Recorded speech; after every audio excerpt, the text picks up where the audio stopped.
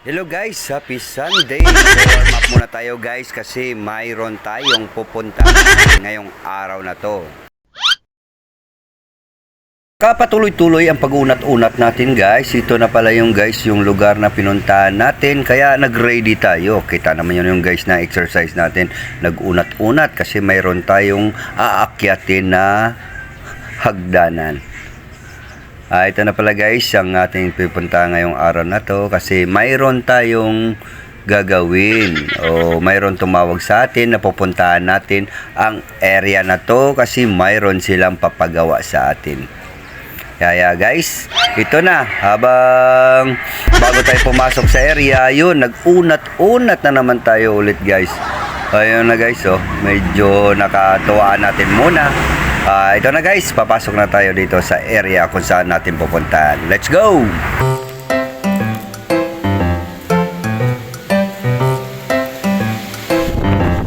Guys, dito ko na-meet ang tumawag sa atin na isa sa may-ari ng gym na gustong magpagawa sa atin ng upholstery ng kanyang upuan sa mga set ng gym.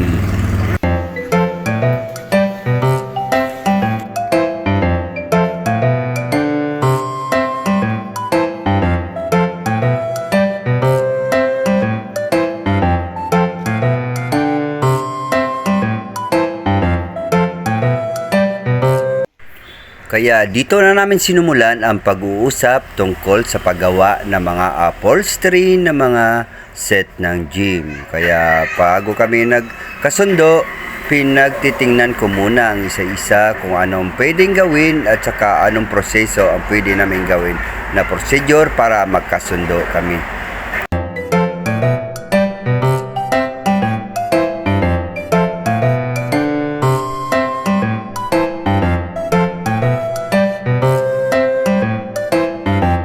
Dito na ako nagsimula mag-ikot-ikot at saka bilangin kung ilan piraso lahat ang pwede gawin at saka ilang piraso ang papalitan ng cover at saka ilang piraso rin ang papalitan ng mga foam. Pero sa tingin ko mga guys, hindi naman sira lahat ang mga foam, iilan lang ang pwede palitan ng foam. Pero halos lahat ng mga leather nito tan ng kulay itim kasi yan ang gusto nila guys na kulay para medyo hindi madumihin kasi alam mo naman yung itim kahit saan mo ilalagay ay nababagay.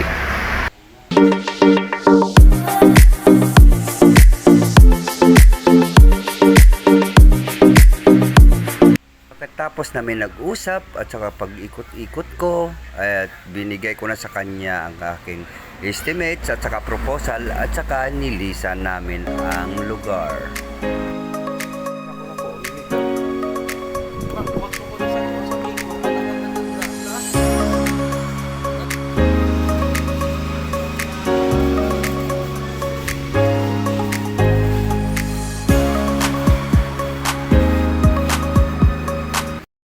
Guys, dito tayo ngayon sa likod ng Gaisano City. Dito sa Diversion Road guys.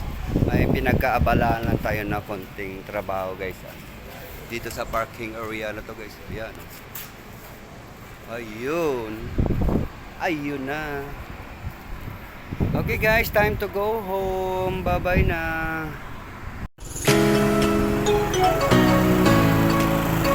Hi guys, good afternoon.